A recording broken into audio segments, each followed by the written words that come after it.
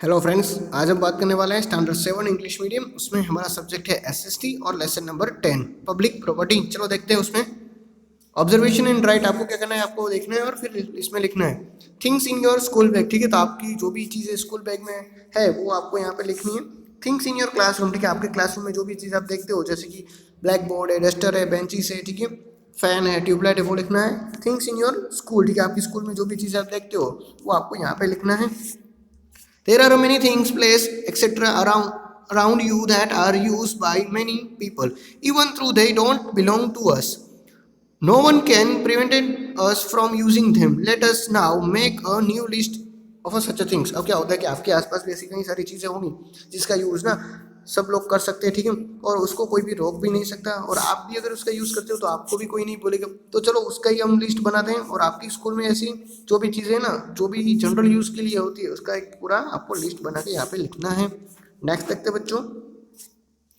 The above mentioned things can be used by everyone in the school and those people who also need to take care of things। ठीक है, तो अब क्या होता है कि आपकी जितनी भी आपकी स्कूल में जितनी भी ऐसी चीज़ें हैं, ठीक है, जो आपने ऊपर जो लिस्ट बनाई हुई है ना, वो सारी चीज़ें ना, वो जितने भी स्कूल में लोग हैं, ठीक है, जितने भी बच्चे हैं वो इसका यूज़ कर सकते हैं। साथ साथ उसकी देखभाल का काम भी उसी लोगों का है जो इसका यूज़ कर रहे हैं। ठीक है, एनीथिंग और a place that can be use by everyone in is called public property. ठीक है, तो हमें यहाँ पे पब्लिक प्रॉपर्टी उसकी डेफिनेशन दी गई है कि जो भी चीज़ और जो भी प्लेस है वो सब लोगों के द्वारा यूज होता है ना, उसी को कहते हैं पब्लिक प्रॉपर्टी। जैसे कि स्कूल, ठीक है, इन नोबडी यूज योर पेन, ठीक है, लेकिन आपकी जो पेन है, पेंसिल है, बुक है, वो कोई यूज नहीं करता है।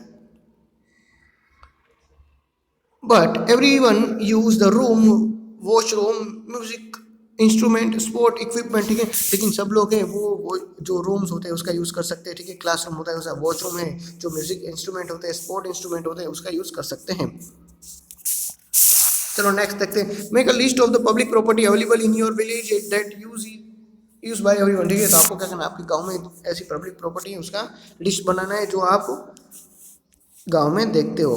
The above mentioned things are used by the everyone in the village. ठीक है, तो विलेज में क्या होगा, विलेज में हम देखते हैं कि कई सारी ऐसी प्रॉपर्टीज होगी, ठीक है, जैसे कि जो ऑफिस होती है, ठीक है, पोस्ट ऑफिस होती है, तो ये सारे लोग हैं वो जो पब्लिक गार्डन होगा, ठीक है, तो वो सब लोग यूज़ कर सकते हैं, तो इसीलिए वो विलेज की पब्लिक प्रॉपर्टी में आएंगे। टेम्पल है, बस स्टेशन है, वो किसी के पर्सनल यूज़ के लिए नहीं है, लेकिन क्या है कि सब लोगों के यूज़ के लिए ही है। ठीक है, तो इसी तरह से जो गवर्नमेंट हॉस्पिटल है, ठीक है, गवर्नमेंट ऑफिस है, पब्लिक प्रॉपर्टी में आते हैं। नेक्स्ट देखते हैं।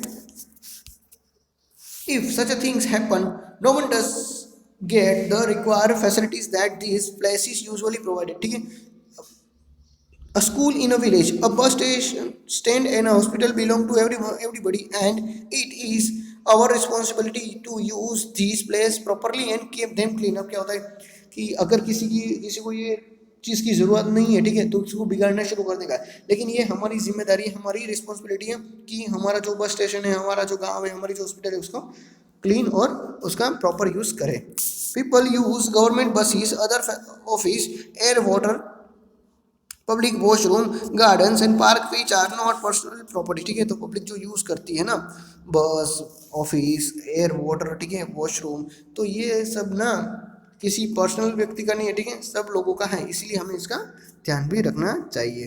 तो यहाँ पे हमें यहाँ पे एग्जाम्पल भी दिए गए, तो जैसे कि ये बस स्टैंड है, ठीक है, ये बैंक है, पोस्ट ऑफिस है, तो इस तरह से आपको और भी जितने भी पिक्चर है उसके नेम लिखना है। ठीक है, फिर नेक्स्ट आपको क्या करना है, आपको एक टेबल दिया गया, चलो देखते हैं उसमें क्या करना है। Make a note of the varied facility available at the home in public place. ठीक है, तो आपको क्या करना है, आपके जो घर में है और जो पब्लिक प्लेस में आपको जितनी भी फैसिलिटीज मिलती है ना, उसमें आपको टिक कर देना है। जैसे कि वाटर तो दोनों में मिलता है, ठीक है, डस्टबिन घर में भी मिलता है, पब्लिक प्लेस में भी मिलता है, व्हीकल से, ठीक है, वो घर में नहीं मिलता लेकिन पब्लिक प्लेस में मिल जाता है। तो इस तरह से आपको सारे के सारे जो लिस्ट है वो फुलफिल करना है। From the above mentioned facilities, that which are available at home are the part of the personal property। ठीक है, तो जो भी आपके घर में प्रॉपर्टी समय देखने को मिलती है, जो आपने अपर लिस्ट में टिक किया हुआ है ना, ठीक है, वो आपकी पर्सनल प्रॉपर्टी है।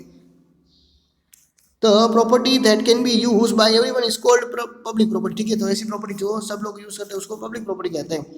The trees plant on the road are public property. ठीक है, तो जो भी ट्री है वो पब्लिक प्रॉपर्टी है, ठीक है। अगर वो रोड पे है तो वो पब्लिक प्रॉपर्टी है। It is a crime to damage a public property, ठीक है। तो पब्लिक प्रॉपर्टी को डैमेज करना भी एक क्राइम ही है। Make a list of the public property in your city. आपके सिटी में जो भी पब्लिक प्रॉपर्टी है, ठीक है, उसका यूज करना आपको यहाँ पे उसका जो टेबल दिया गया है वो फुलफिल करना है।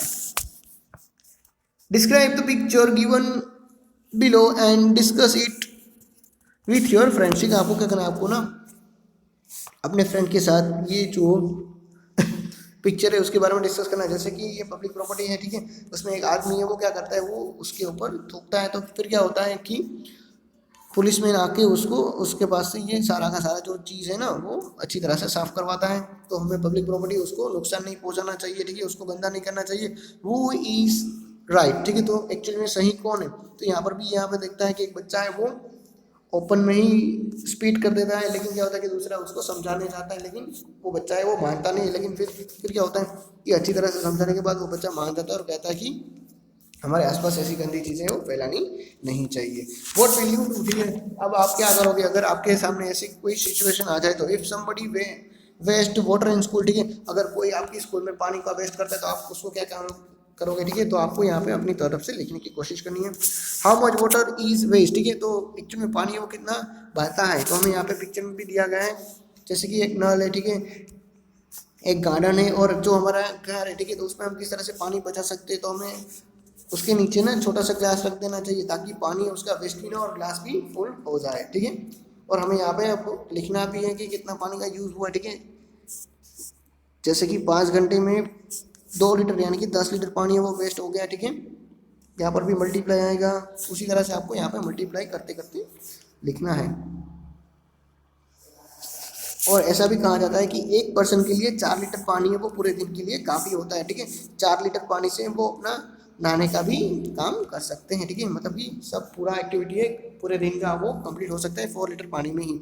अवर प्रॉपर्टी अवर मनी, ठीक है। तो अगर प्रॉपर्टी हम सब की है तो उसमें पैसा भी हम सबका ही लगेगा, ठीक है। अवर मोनूमेंट्स आर अवर प्राइड, ठीक है। तो हमारा जो मोनूमेंट्स है, ठीक है, जो भी पुरानी किताब है वो ही हमारा गर्व है, ठीक है।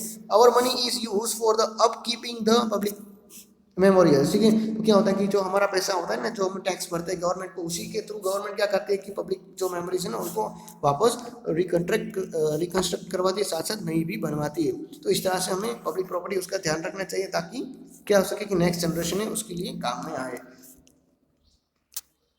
ठीक है बच्चों। तो उसी के साथ हमारा लेसन नंबर 10 है, उसमें पेज नंबर 84 में भी आपको क्या करना है, पब्लिक प्रॉपर्टी उसके बारे में पिक्चर है वो ड्रॉ करना है। और हमारा लेसन नंबर जो 10 है वो यहाँ पे कंप्लीट होता है। Thank you.